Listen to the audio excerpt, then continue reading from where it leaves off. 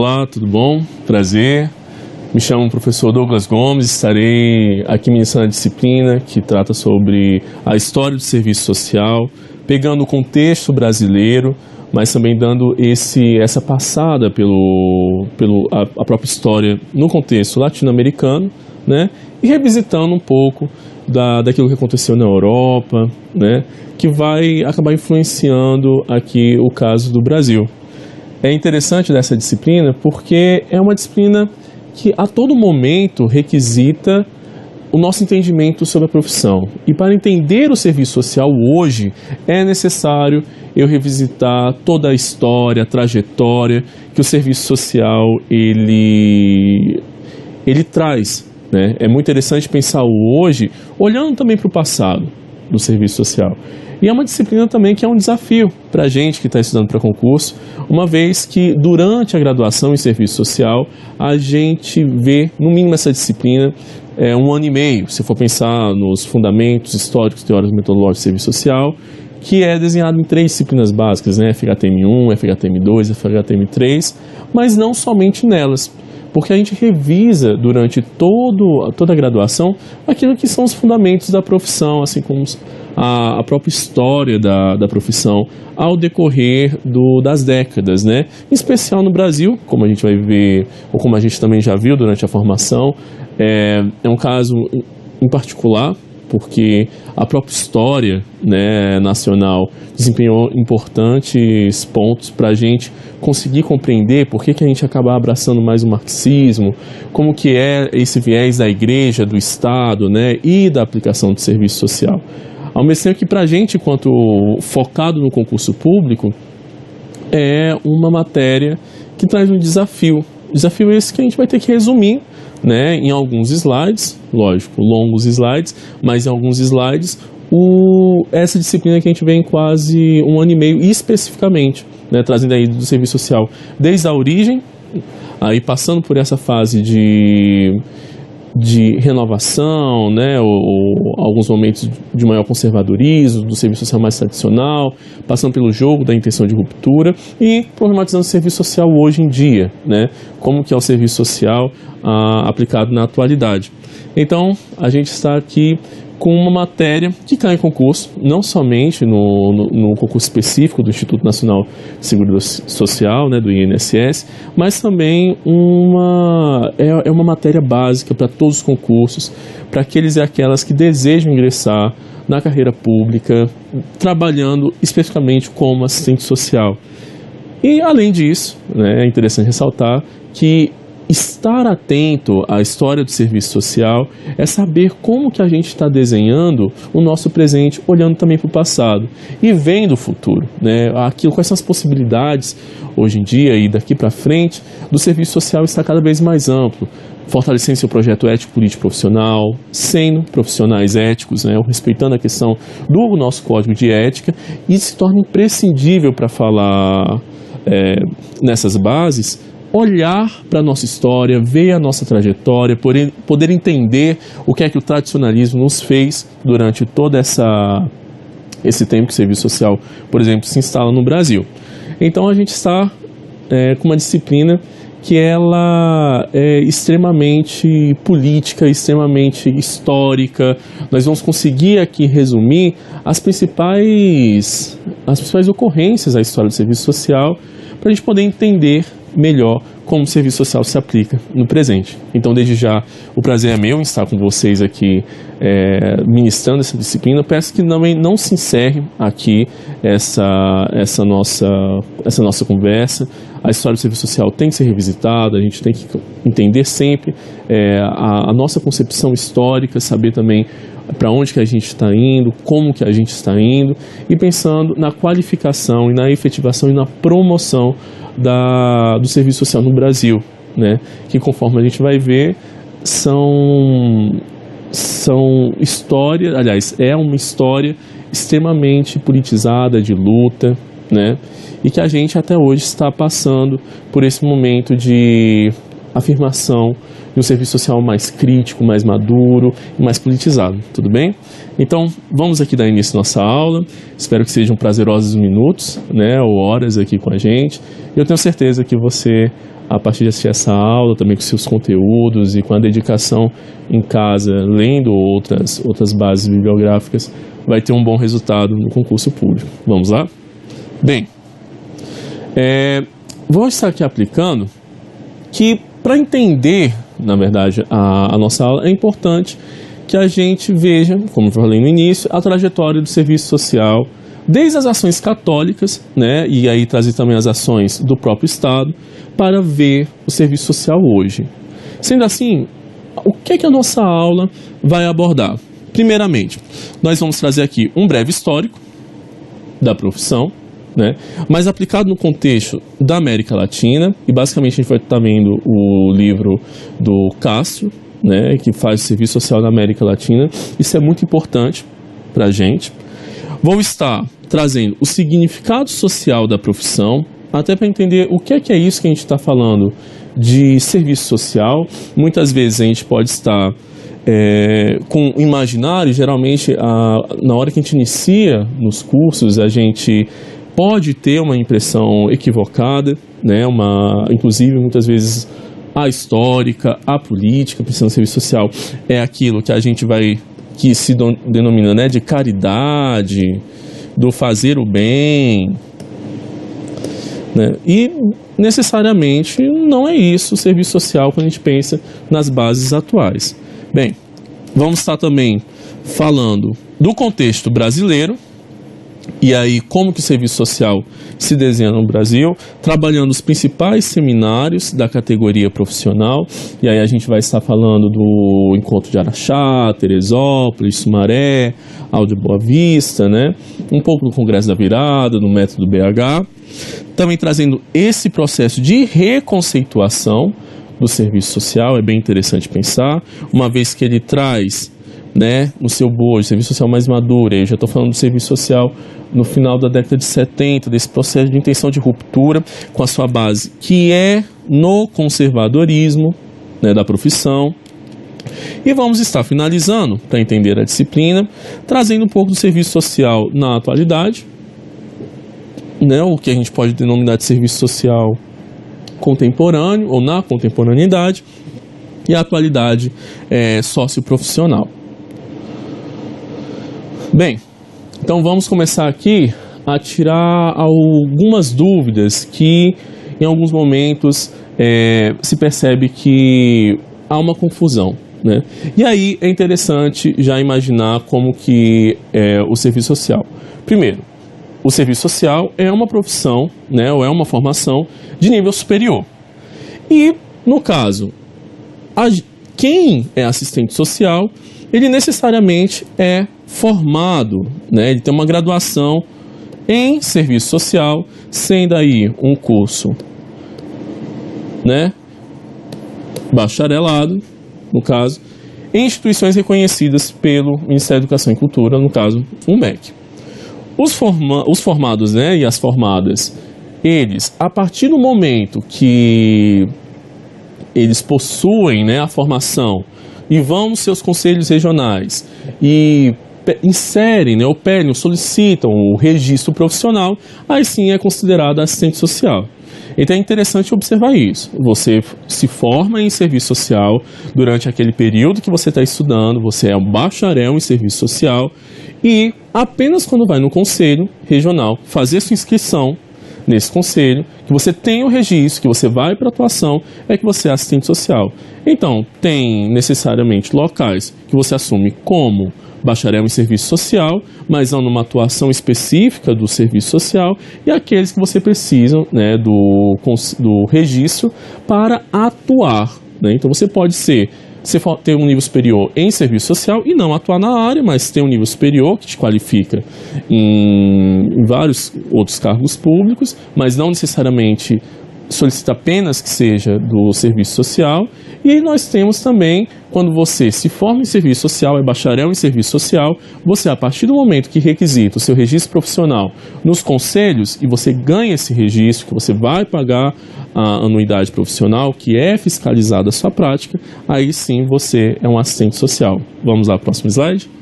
Bem, a profissão é regida pela Lei 8662, né, de 1993, que é essa lei federal, que estabelece as competências e as atribuições dos assistentes sociais. E aí, é interessante observar que quando eu estou falando de competência e atribuição, a gente já está falando de algo mais específico, que nós vamos conseguir perceber as competências e as atribuições justamente quando estivermos vendo a disciplina de ética profissional e código de ética, que vai basicamente trazer, né, as limitações das competências, as limitações das atribuições do assistente social, e aí nós vamos conseguir perceber aquilo que traz uma maior identidade à profissão, até para não ser algo visto como uma forma apenas de benesse social, que muitas vezes o imaginário comum, que não tem o entendimento sobre serviço social, acredita. Então hoje nós somos regidos, né, pelo nosso código de ética, que traz também, que engloba a Lei 8662 também, que traz essas competências e atribuições do assistente social, que fala daquilo que o assistente social tem que fazer, do que é as suas matérias específicas, e a gente já está falando mais das atribuições e das competências, que é aquilo que compartilha com os outros profissionais. Mas não é na disciplina de agora que a gente vai ver posteriormente isso, mas é interessante a gente observar que isso faz parte também da trajetória da profissão. Tudo bem? Bem, voltando para aqui, como eu disse anteriormente, nós temos o nosso código de ética, né? E esse código de ética, o último, é de 1993. Esse código de ética, ele deixa nítido o nosso projeto ético-político, aquilo que é a nossa relação junto com o usuário, com os outros profissionais, e é muito importante para a gente entender o nosso fazer profissional. Então, hoje em dia, a gente, além da lei que regulamenta, né, e que traz essa questão da competência da profissionais, a gente também tem o nosso código de ética, que todo assistente social está submetido a cumprir. Bem, outra questão que é muito importante destacar é essa diferença, né, entre o serviço social, o assistencialismo, a assistência social e o assistente social ou a assistente social, né? Há muita confusão inicial, inclusive cai em alguns concursos essa confusão, e às vezes o candidato ou a candidata, pelo nervosismo, acaba errando um item que é muito fácil da gente perceber ou da gente resolver, se a gente conseguir organizar devidamente esse pensamento, que eu aposto que você aí de casa já deve, né, estar ciente, mas é importante que a gente ressalte aqui na disciplina para nos afiarmos, né, a discutir a nossa prova. Vamos lá? Bem, o serviço social. O serviço social é uma profissão de nível superior, como eu falei anteriormente. Ele tem a Lei 8662 que preza por isso. Então, como eu falei, para ser assistente social hoje em dia é necessário essa lei, é necessário estar cumprindo esse preceito de formação em serviço social. Nós temos um assistencialismo, que o assistencialismo é essa forma de doação, de favor, de boa vontade, né, ou do interesse de alguém. Logo, não é um notado como um direito. Então, o assistencialismo, você não necessariamente tem que ser formado em serviço social para fazer assistencialismo, né? Inclusive porque não é uma prática que está dentro do serviço social, que deveria estar dentro do serviço social. Então, você fazer uma prática assistencialista, você não é assistente social por causa disso, ou não tem uma formação em serviço social por causa disso. Então, o serviço social é essa formação que te capacita para ser assistente social. Agora, o assistencialismo é independente de você ter essa formação em serviço social, né? O serviço social ele já desgarra dessa prática, visto como não pertencente ao assistente social.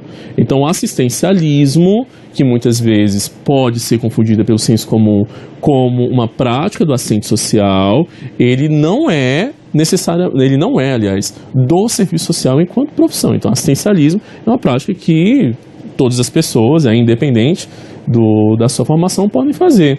E o assistente social ele não vai trazer isso, ou não tem uma formação específica para fazer essa prática, que é, inclusive, uma prática que não cabe ao serviço social contemporâneo. O assistencialismo é uma questão mesmo de benesse que qualquer um pode fazer. Bem, vamos falar agora da assistência social, que também é algo que confunde um pouco. A assistência social é a própria política pública, né? prevista na Constituição Federal de 1998, é direito dos cidadãos e cidadãs, assim como a saúde, a educação, a previdência social, entre outros, sendo regulamentado pela Lei Orgânica da Assistência Social. Então, assistência social é aquilo que é um direito do cidadão, né? Ele é conquistado e ele está previsto na Constituição Federal de 1988, é algo que é dentro de inclusive de uma política que o serviço social se utiliza muito, né? Que o assistente social se utiliza muito para poder articular os direitos ao cidadão e à cidadã. Então, a gente viu, assistencialismo é uma forma de caridade que não precisa de formação, serviço social é a formação que lhe capacita para ser assistente social, e a assistência social, ela é justamente essa política pública que é um direito não contributivo, né, dado ao cidadão e à cidadã que assim dela necessite.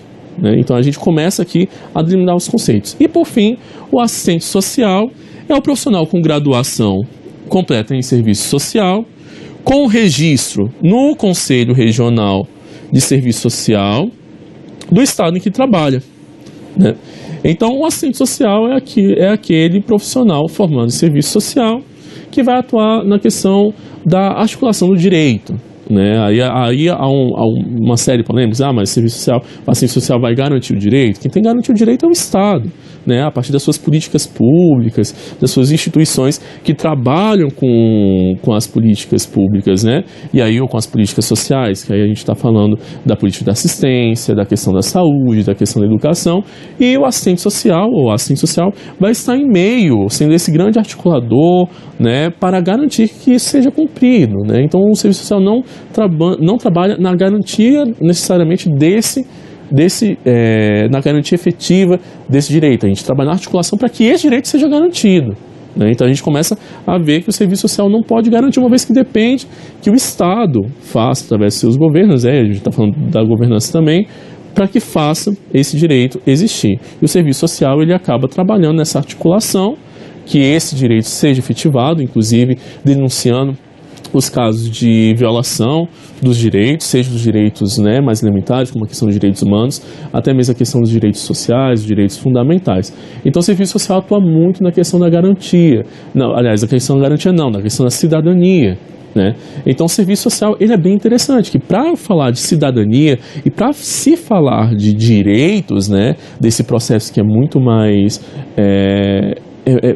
algo que é uma trajetória de politização, inclusive da profissão, eu estou falando que o serviço social ele atua basicamente, aliás, ele atua para trazer com que esse usuário, né, o demandatário, ele consiga ser respondido naquilo que é da sua necessidade dentro das políticas públicas visíveis. Então a gente trabalha muito na questão também de estar trazendo as denúncias quanto à violação dos direitos, né, desse cidadão, que aí sim eu falo que isso não é assistencialismo, eu estou trabalhando com a questão mais básica e aí assegurando e podendo lutar para o fortalecimento da assistência social no Brasil, para que eu possa trabalhar nessa perspectiva mais elementar, né, da vulnerabilidade do risco social, para que esse cidadão ele saia desse patamar de risco, ele saia desse patamar de vulnerabilidade, ele saia desse patamar de violação, né, muitas vezes da sua integridade, da sua cidadania,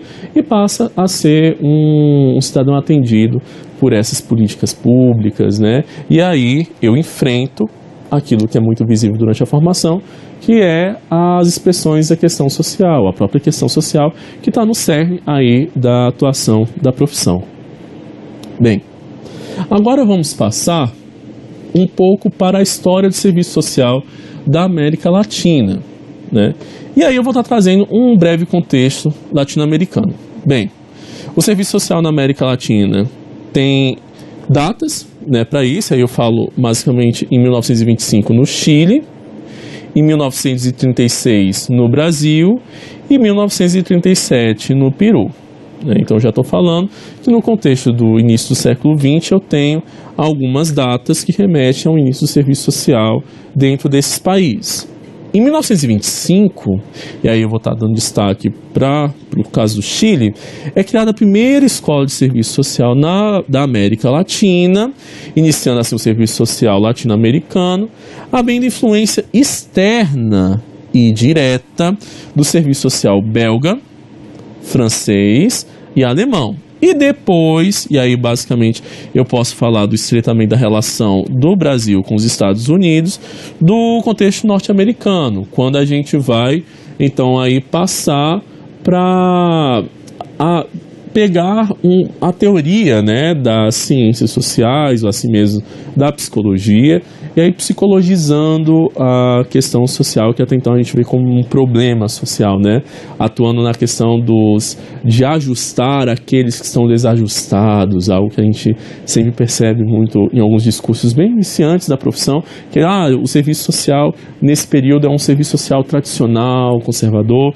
enquanto no início da profissão, lá em 1936, o serviço social, além desse tradicionalismo, pega essa doutrina cristã, né, da caridade, da boa ação e de controle da classe operária, né?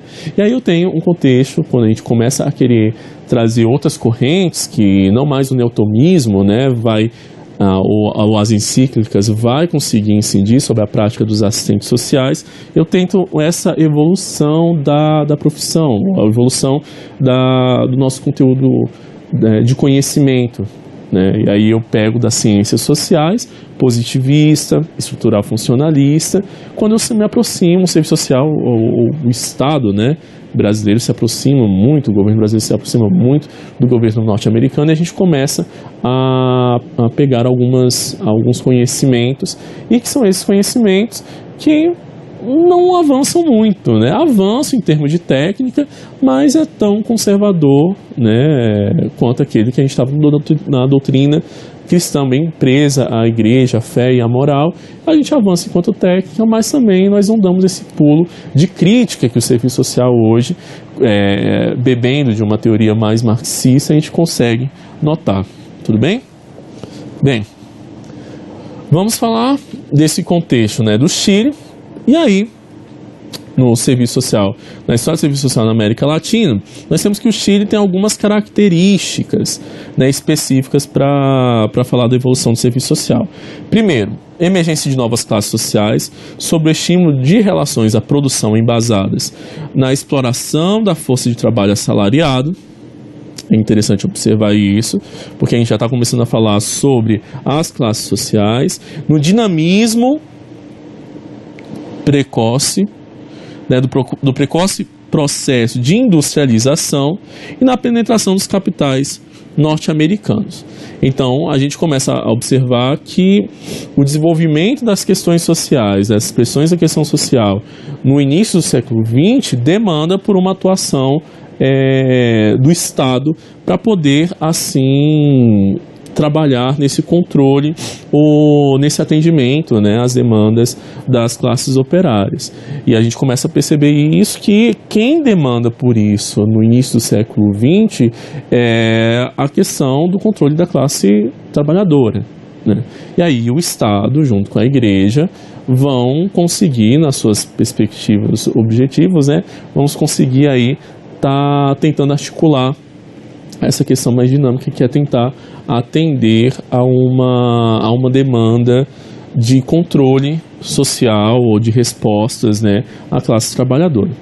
Então, eu já estou falando do processo de organização da classe do proletariado, né? E aí, já trazendo as ideias socialistas à experiência da Rússia de 1917. Então, estou falando aí basicamente que o serviço social ele traz, aliás, que o contexto histórico ele é remetido a um contexto também de organização da classe trabalhadora, né? Tendo em vista que está havendo, começa algumas ideias, alguns valores, né, socialistas poderem organizar a classe social basicamente do proletariado para fazer essa denúncia com relação à sua situação ou a se organizar para pedir ou exigir do Estado mesmo essa maior equidade social, a justiça social, para atender às suas respostas. Então a gente está falando basicamente de uma organização da classe proletária, tendo em vista a dimensão da sua situação no início do século XX, que era basicamente de pauperização, né, de empobrecimento, de uma série de explorações dessa classe, tendo em vista aí um contexto de industrialização, de processo de produção que explorava e atentava cada vez mais com essa classe trabalhadora. Bem, exigiu que o Estado articulasse, né, formas de ação para responder às demandas advindas de uma realidade social nova, e aí a gente está falando de novas formas de atuação, e a gente já vai entender por que dessas novas formas de atuação, uma vez que eu estou falando que aqui essas novas formas de atuação é a profissionalização ou a organização do serviço social para atender essas novas demandas, culminando em uma forma de controle. É interessante observar que a gente está falando de controle do proletariado. E aí nós temos a criação da Escola de Serviço Social, atrelada ao processo de industrialização chilena, já no final do século XIX, início do século XX, e a expansão capitalista de produção. E aí a gente está falando que dentro do processo, né, do caso do Chile, essa história ela é voltada para a implantação da profissionalização, né, de respostas para essa classe operária. E aí, basicamente, eu estou trazendo aqui o Dr. Alejandro Del Rio, que ele é médico e ele vai trazer essa necessidade de uma formação, né, especializada para atender essa demanda. A gente começa a perceber aí o serviço social atuando junto ao médico, né, para o controle desse usuário. Tudo bem? Bem, né, agora nesse contexto, a gente vai trazer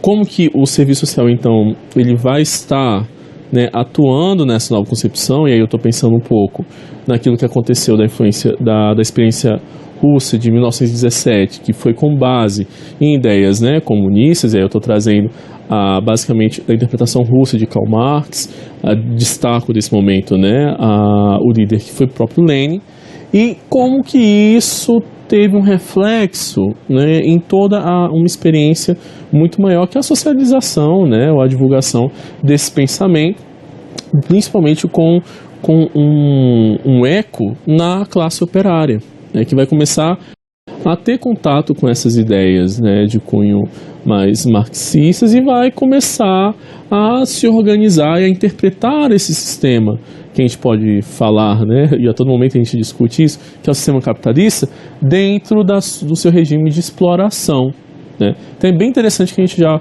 observe esse desenvolvimento a partir de agora, eu já falo do início do século XX, até esse momento que eu estou falando aqui do contexto do continente latino-americano. Então vamos lá?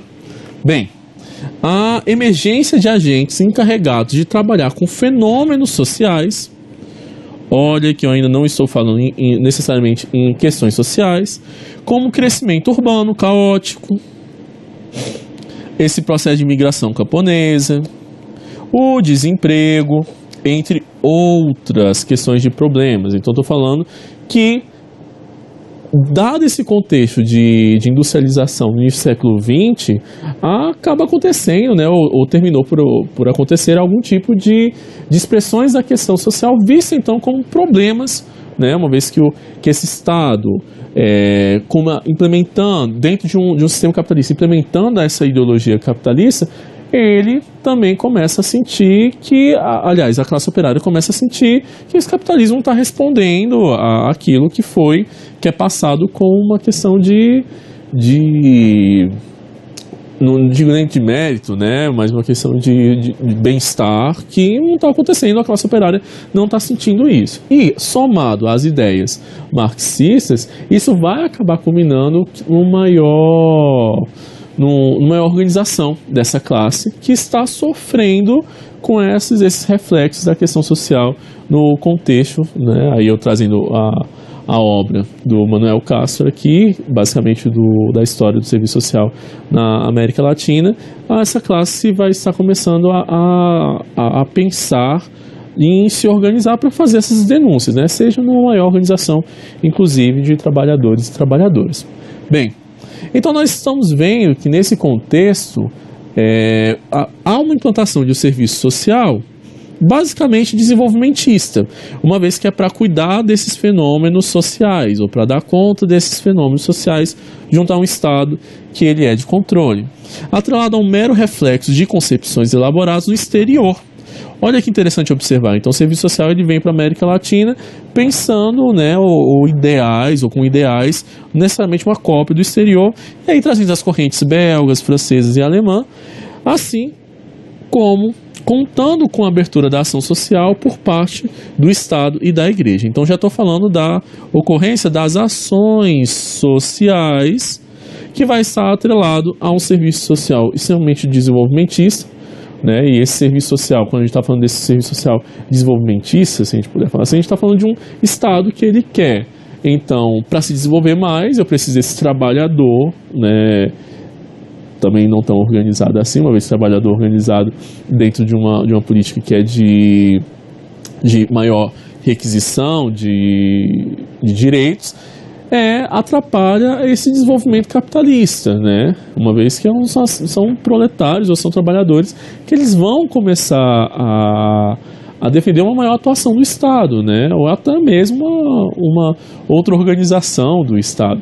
Então o serviço social vai estar trazendo aí uma cópia do serviço social já das experiências belga, francesas e alemãs, trazendo no contexto, né, da América Latina. Então a gente veio esse primeiro passo do serviço social aqui no contexto latino-americano como uma cópia ou com muita aproximação de valores da corrente europeia, trabalhando para o Estado, ou com uma maior aproximação do Estado, para desenvolver, né, trazer o controle da classe operária e desenvolver melhor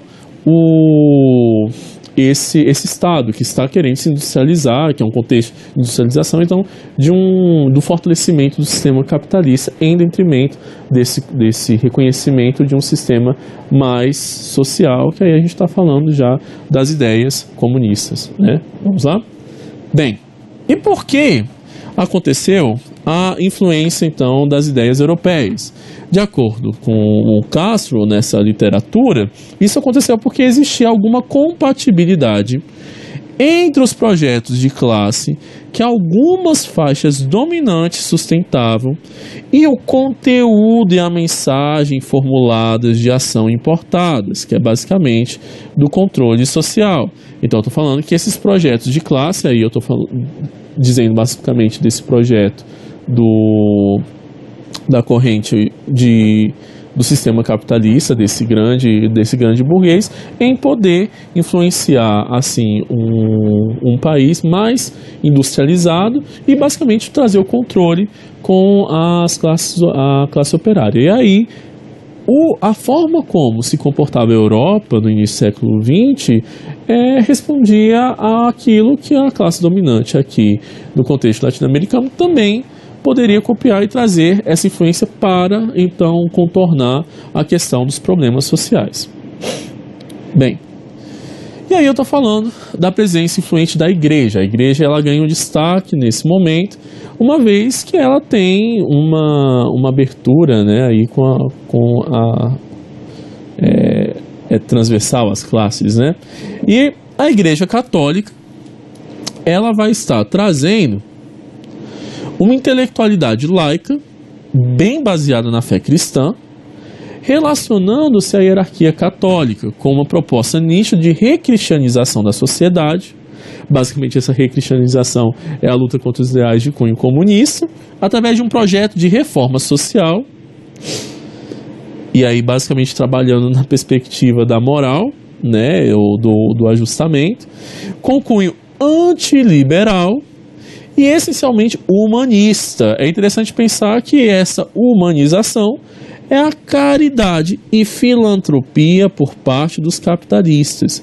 Então, nesse contexto aí de processo de industrialização, com o aumento da expressão das questões sociais, com a pauperização da classe trabalhadora, eu tenho a Igreja que começa também a responder com com essa ideologia, né, da fé cristã, alguns anseios da classe dominante. E aí eu estou falando basicamente das ações sociais por parte do Estado e das ações sociais da igreja, com a fé, né? E aí eu já vejo a participação da igreja em poder também responder a essas demandas. Lógico, a igreja não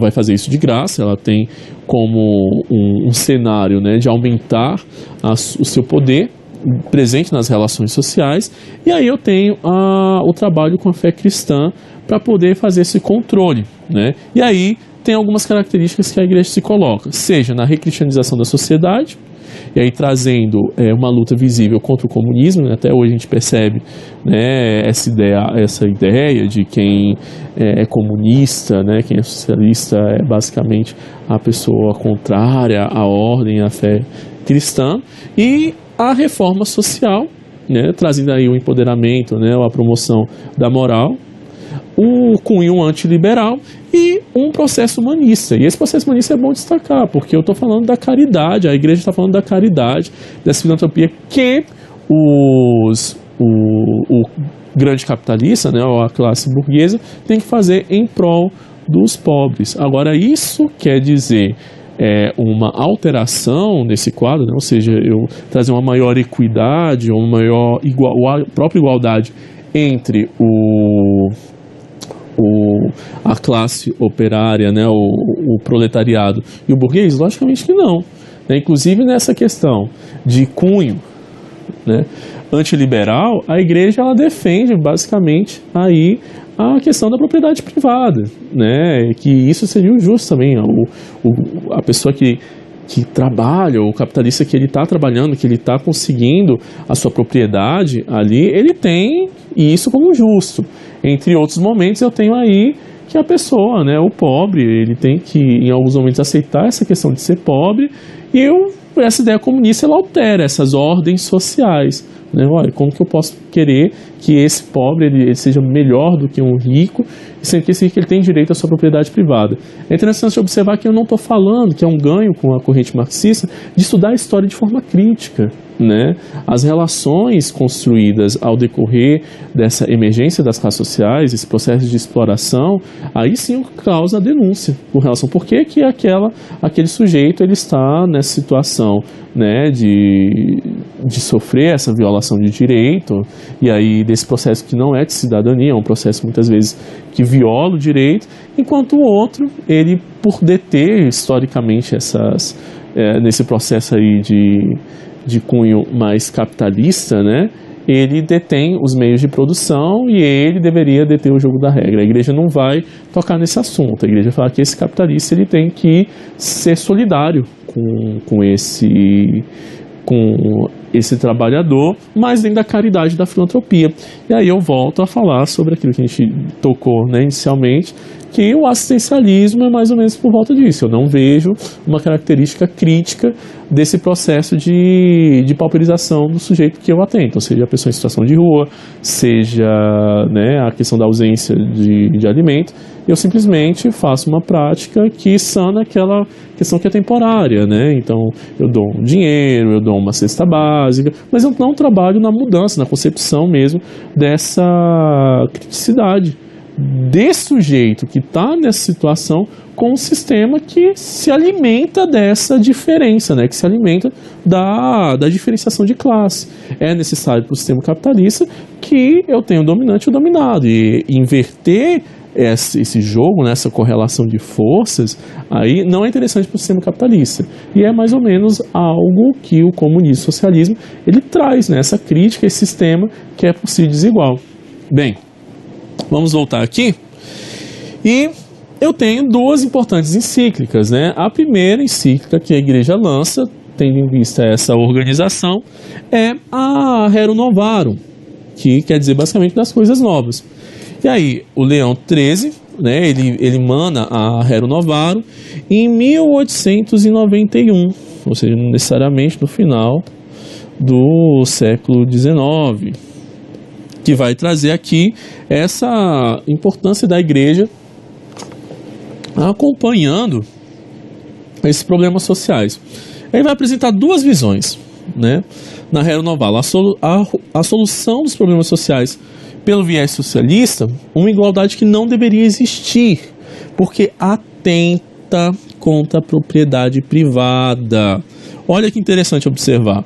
A Rero Novaro, então, ela não traz essa questão de igualdade, né? A igreja não se coloca nesse patamar de igualdade, a igreja se coloca no patamar de defesa da propriedade privada e contrária ao viés socialista. E a segunda é pelo viés da igreja, que aí ele vai basicamente trazer o disciplinamento e o acatamento de quem?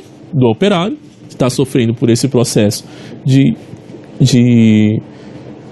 pauperização, esse processo mesmo de empobrecimento. É ele que está sofrendo essas transformações aí causadas pelo reflexo da Revolução Industrial, por uma maior industrialização, e necessariamente pede essa humanização, essa característica mais humanista do burguês, né? E aí eu estou falando basicamente de uma questão de piedade burguesa, né?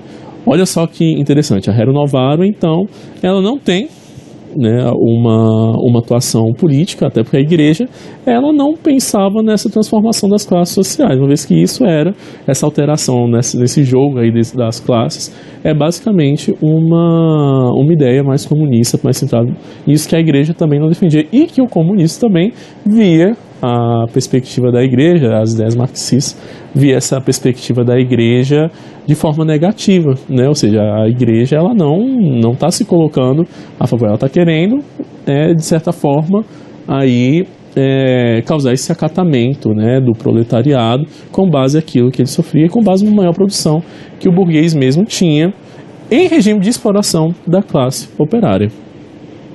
Bem, essa encíclica também assume para a igreja o papel de trato com a questão social, defende o bem comum e realiza críticas ao capitalismo, que ele fala enriquecimento apenas de uma parte. Não necessariamente ele vai trazer uma perspectiva, né, de que essa crítica ao capitalismo ele vai se dar muito mais para que o burguês seja mais humano com relação ao processo de exploração do proletário. Não quer dizer que seja o fim da classe proletária, né? Ele vai querer que o burguês ele se solidarize com esse proletário em alguns momentos, mas não quer dizer que altere esse jogo do poder, esse jogo de poder. Então é por si ambígua, né? Denuncia os homens riquíssimos e opulentes ao mesmo tempo em que defende a propriedade privada, que são os valores contrários aos ideais socialistas, uma vez que promovia o ódio aos ricos. Olha que interessante, a Rero Novaro, ele traz essa pouca criticidade desse contexto capitalista aí do início do século XX. Bem, com relação à defesa da propriedade privada, e aí trazendo uma defesa da classe burguesa, ele vai defender a propriedade privada como um direito natural, né? Deus promoveu a todos com base nos esforços dos homens. Essa é a grande clamação da igreja, né? Deus então promove a todos com base nos esforços que os homens têm. Então, se você não se esforçou muito, você vai ter o pouco. Se você se esforçou muito, você vai ter o muito. Se você não se esforçou tanto, você não tem que ter tanto. Então, a pessoa que é dona de uma grande empresa, ela com certeza se esforçou mais que uma pessoa que está num patamar aí mais de necessidades, de questões básicas, né, de alimentação, de ausência de trabalho. Então, você tem que se esforçar mais para isso, né? E aí é interessante observar que nesse processo de querer que se esforce mais, a gente está assumindo um pouco dessa perspectiva que tem a ver com o serviço social mais contemporâneo, que é essa denúncia da meritocracia, né? Não necessariamente sabe, por um viés mesmo de entender a história, que você pode se esforçar o tanto que for, mas no sistema capitalista nós temos algo que é mais determinante, a classe social que você participa. Então, dependendo do esforço que você for, você vai ter com certeza maiores dificuldades para conseguir promover algum tipo de superações das suas né, das suas necessidades aí, ou do seu objetivo final. E aí a igreja ela promove essa não crítica, ou com base nessa historicidade, que a burguesia ela se alimentava sim de uma trajetória de exploração e de expressão social por parte do proletariado. E aí ela defende a questão do esforço. Não, então se esforce mais para sair do seu patamar. Não quer dizer que o Estado está deixando de responder. Não, você que não está se fazendo aí tão esforçado para sair da sua situação de calamidade, né, da sua situação de pobreza. Então, necessário para sanar os conflitos, restaurando as instituições cristãs, moralizar os indivíduos e criar obras de caridade para o bem-estar do proletariado.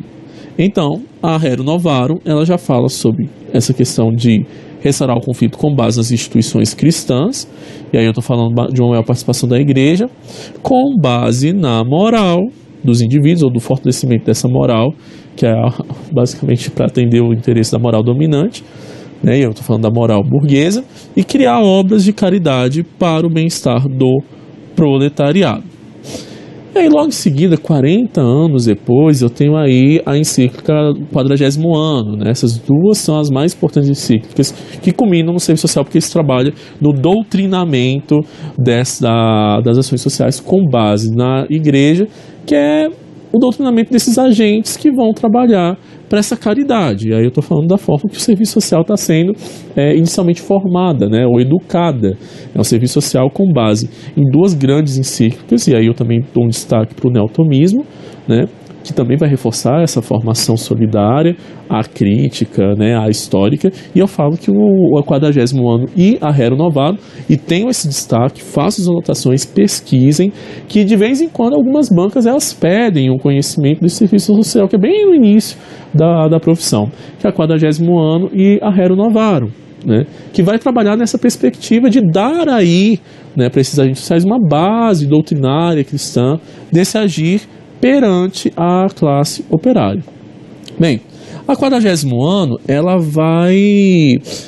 foi criada, né, 40 anos, basicamente por volta de 40 anos após a encíclica Rerum Novarum, por Pio XI, em 15 de maio de 1931. Então já falo do século XX. Quais são os contextos criados do 40º ano? Nós temos aí, depois da Revolução Russa e da Primeira Guerra Mundial, e em meio aos reflexos da crise de 1929. Essa crise é tão importante a gente entender, que é basicamente do aprofundamento desse período, desse maior reflexo desse maior reflexo de violência contra a classe operária, né? Enfim, a quebra a bolsa de valores, como que vai ficar o operário? Primeiro, o operário é o primeiro a sentir, o trabalhador é o primeiro a sentir.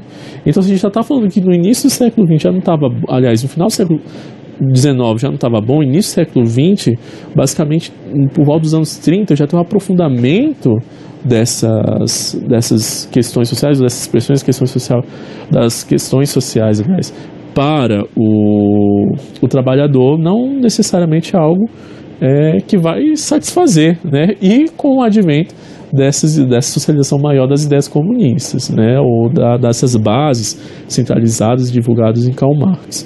Então, estou falando que o quadro de situação do proletariado não é um quadro positivo. Então, o proletariado os trabalhadores começam a se organizar para ir contra esse Estado que não está dando certo. O sistema capitalista não está dando certo para o burguês, mas está dando certo para a classe operária. Só que, basicamente, a 40º ano é aquilo que a gente pode denominar que é mais do mesmo, né? E com poucas diferenças referente à encíclica anterior, porque necessariamente ele não passou a algo de inovador, acresceu, né, algumas questões maiores que a Rerum Novarum já tratava. Bem, afirma a importância da ação orientada para responder ao desafio, né, do paganismo e da secularização. E aí eu falo dessa ação orientada com base em uma doutrina, né? Lógico, as doutrinas são de corrente mais cristã.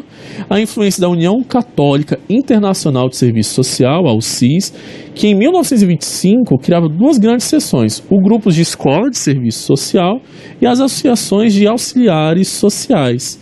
Olha só que interessante. Aí eu já falo um pouco, eu já falo como a igreja ela está se aproximando de uma organização maior das ações voltadas à classe empobrecida, né? Quando eu falo que a União Católica Nacional de Serviço Social, a UCIS, ela começa a se dividir, a se organizar em grupos, né, em eixos, eu estou falando de grupos de escolas de formação, e eu falo das escolas de serviço social e as associações de auxiliares sociais. Então não quer dizer que não existia a prática da caridade, a prática da filantropia. Isso estava presente, né? Essa ação mais procurando a benesse, com base em práticas cristãs. Mas eu estou falando de uma organização disso, né? Uma organização dessas ações, dessas atuações, que acaba sendo, inclusive aí já é denominado como serviço social, mas acaba sendo essa base inicial de uma sistematização da prática solidária, caritativa, filantrópica, com base, né, nas instituições, e aí eu dou um destaque na igreja, para atuar com a classe empobrecida.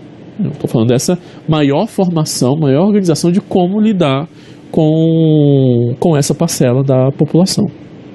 Bem, tanto o grupo quanto as associações possuíam, né, um objetivo: ampliar a necessidade e a eficiência do serviço social. Então, fazer com que essa seja necessário, tanto o serviço social como esse serviço social seja eficiente no mundo, divulgando a concepção católica, e aí o fortalecimento da igreja, e assegurando assim o seu avanço, né? Eu estou falando da necessidade, porque da necessidade do serviço social intervir. Só que esse serviço social tem que ser o quê? Eficiente. Eficiente, trabalhando uma concepção católica. Então, estou falando da doutrina, para responder, então, aquilo que são os problemas sociais. De forma eficiente, mas eficiente para uma classe. Ou seja, para a burguesia e para a igreja. E aí eu tenho a formação da primeira escola de serviço social, denominada Escola Elvira Mate de Cruchaga, no Chile, né? Reconheceu e salientou a importância dos intelectuais na elaboração da doutrina social da igreja. Eu já estou falando que essas duas encíclicas trouxeram, né, lógico, uma leitura sobre esse patamar da realidade do início do século XX, a forma como a igreja ela então atuaria, inclusive tendo uma leitura sobre essa visão de sociedade, essa visão do próprio sistema, não trazia uma denúncia para isso. Na verdade, essa denúncia ela era bem mais para o fortalecimento do grande burguês do que para essa justiça social, né? É importante que vocês anotem, façam as anotações com relação àqueles tópicos que a gente trabalhou, das encíclicas que falam sobre a humanização, né? Ou essa maior humanização da burguesia, essa questão mesmo de trazer a defesa do direito privado, né, da propriedade privada. Eu preciso, direito natural, aquela posse de terra. Então, não necessariamente a pessoa que não tem, não é por culpa da pessoa que tem, é porque ela não se esforçou para isso, e o fortalecimento da igreja participando da forma de solucionar as questões sociais aí presentes já no início do século XX, né? Outra questão que a 40º ano ela trata, que é essa perspectiva da ação católica, né? Que é a incumbência de formar e educar através de seus princípios cristãos, basicamente, né? Esse princípio da igreja, os leigos e cooperantes no cuidado com a questão social. Formação com base na ideologia impregnada, no espírito caridoso e na perícia técnica, procurando a eficiência do trabalho assistencial desempenhado. E aí eu estou falando da profissionalização do assistencialismo, da caridade, né? Não profissionalização enquanto uma profissão, mas uma profissionalização da ação, a maior técnica, né, dessa ação promovida aí pela igreja. Tudo bem? Bem, vamos finalizar por aqui com essa questão das encíclicas, né? Voltamos já trabalhando as consequências disso no contexto nacional, ainda com reflexo, né, do Schiller, trabalhando algumas teses que falam do serviço social, tá bom? Até já.